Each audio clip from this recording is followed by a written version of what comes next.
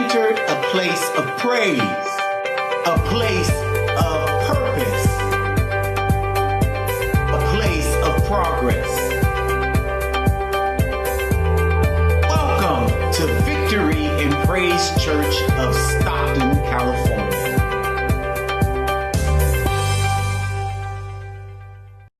Hi, my name is Minister Jayme Jordan, and I'm here to bring your small group lesson for the week from the series of Prison Break. The person that I'm going to be speaking to and on is Lazarus. The Bible speaks of 6 days before the Passover, Jesus came to Bethany. There was a dinner being prepared by Mary and Martha in honor of Jesus. It says that Lazarus was one of the men that was reclined at the dinner table with Jesus. Now, I want you to just think about your dinner table that you have in your home, and you have Jesus, you have the disciples, you have Lazarus, and you have yourself. I could only imagine just the chatter, the fellowship that was going on between these men, right? Because one thing we do understand is that Jesus walked away with a great love and respect for Lazarus. And how do we know that? Because when the sisters sent word to Jesus that the one that you love is ill, Jesus replied in this manner: "This illness does not lead to death. It is for the glory of God, so that the Son of God may be glorified through it." Then he stayed 2 days longer where he was. And it says that in the Jewish custom, it says that 3 days your soul will return to God. So I like to think that Jesus was staying around because he said that this will be done for the glory of God. Jesus said, we have got to go back to Judea again. So we know that when he said again, mean that they had been there before. And the disciples were like, are you sure we're going to go back there? Have you forgot that the Jews are looking to stone you? And Jesus told them in a parable about traveling day and night. So then again, he told them, and he said, we're going to go back to Judea. Our friend Lazarus has fallen asleep. And they were like, well, I think he will recover if he fell asleep. So Jesus had to make it more plain to them. Our friend Lazarus has died, and we will go back. So I'm sure there was still a lot of doubt with them, because it's like, okay, now we know the Jews was after him and they were looking to stone him, and yet you want to take a chance to go back to Judea. John 11:15, and for your sake, I am glad that I wasn't there, so that you may believe.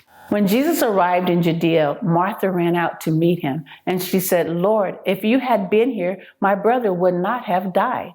And Jesus said to Martha, your brother will arise. John 11:25, I am the resurrection and the life. Whoever believes in me, though he dies, yet shall he live. And everyone who lives and believes in me shall never die. Do you believe? She said, Lord, And then it says that Jesus wept.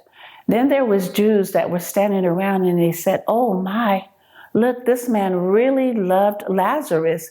Then you had the Jews that were standing around, which we call haters, that would say, well, if he can make the blind man see, why wasn't it that he was here to make sure that this man, who he calls friend, would not die? John 11:38 says that Jesus was still deeply moved. So Jesus says, take me where you laid him. And when they arrived, he told Martha, roll away the stone.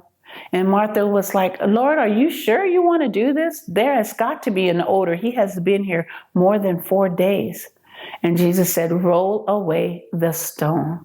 And when the stone rolled away, he began, as they were rolling away the stone, he began to talk to the Father. He began to pray and give the adoration. So as Jesus was praying to the Father and thanking him for all the things that he had done and all the things that he had got him there safe and all, he was just praying to the Father. And as the stone was rolled away by the Martha, Mary, and the disciples, Jesus, with a loud voice, called out with authority from his belly, Lazarus, come out. And Lazarus came out. He was bound, had linen on his legs and hands and feet and cloth over his face. So I ask you today, what is God calling you out of? What stone is God rolling away from your cave? What is God trying to break you free from? So as you break into your small group, these are some questions that you need to ask yourself and be honest. I think honesty is probably one of the best things. They say the truth will set you free. So let's see what it is that you come up with. Thank you and have a great day. I hope that you are enjoying the Victory and Praise small group messages. They are designed to get you through the week, Monday to Saturday, until we can meet again Sunday at 2029 East Hardin Way at 9 a.m. Now, if you're not a member of a small group and you're watching this alone, now it really is the time for you to join a small group. And if you are a member and you're ready for the next level, God is ready to promote you, you can be a host. Either way, contact Minister Vanessa for more information. Again, we meet every Sunday at 2029 East Hardin Way for a dynamic service. Come on out and experience the difference for yourself. If you've been watching online, come on out and experience the difference.